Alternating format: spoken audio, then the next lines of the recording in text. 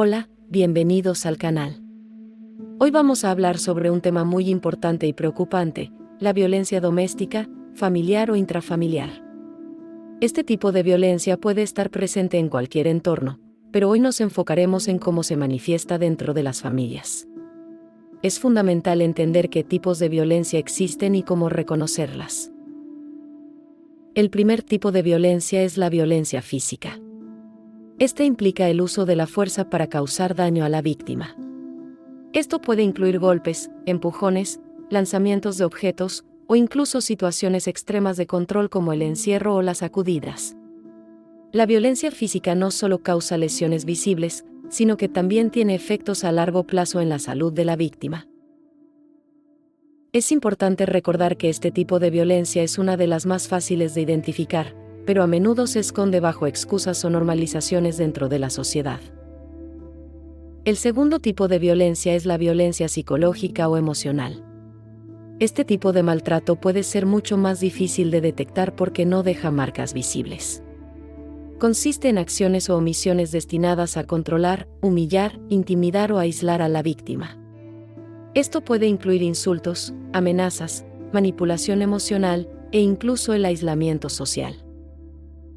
Una víctima de violencia emocional puede sentirse constantemente ansiosa, deprimida o impotente debido a las amenazas o el trato degradante que recibe. La violencia sexual involucra actos o relaciones sexuales no consentidas.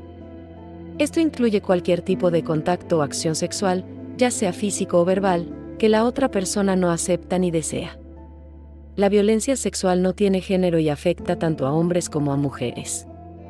Puede ser perpetrada por familiares cercanos, conocidos o incluso extraños. Es fundamental entender que la violencia sexual no solo ocurre con el uso de la fuerza física, sino también mediante manipulación, amenazas o coerción psicológica.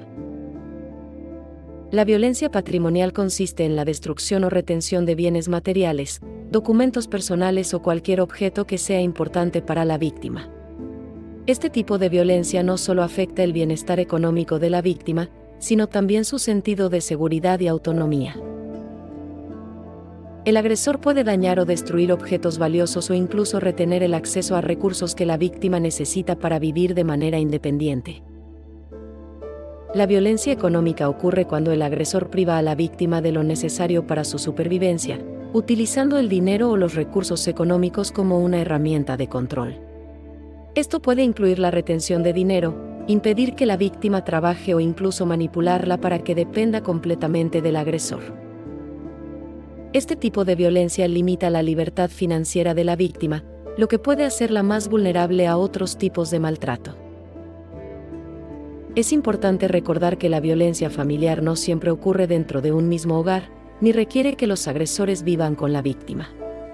La violencia puede ocurrir fuera del domicilio y puede implicar a cualquier miembro de la familia, incluso en relaciones no tan evidentes, como entre padres e hijos o entre otros parientes. Lo fundamental es que todos tenemos el derecho y la obligación de vivir en un ambiente de respeto y armonía. La violencia no es una forma aceptable de educar o corregir. Todos estos tipos de violencia son delitos y deben ser denunciados. Si eres víctima de violencia familiar, existen recursos disponibles, como apoyo legal, psicológico, médico, e incluso albergues. No estás solo, sola. La denuncia es el primer paso hacia la liberación. Gracias por ver este video. Esperamos que esta información haya sido útil y que sirva para reconocer y actuar frente a la violencia en el hogar. Si conoces a alguien que esté viviendo una situación de violencia familiar, anímales a buscar ayuda. Recuerda que nadie merece vivir con miedo o dolor, y que podemos vivir una vida plena, en armonía y feliz.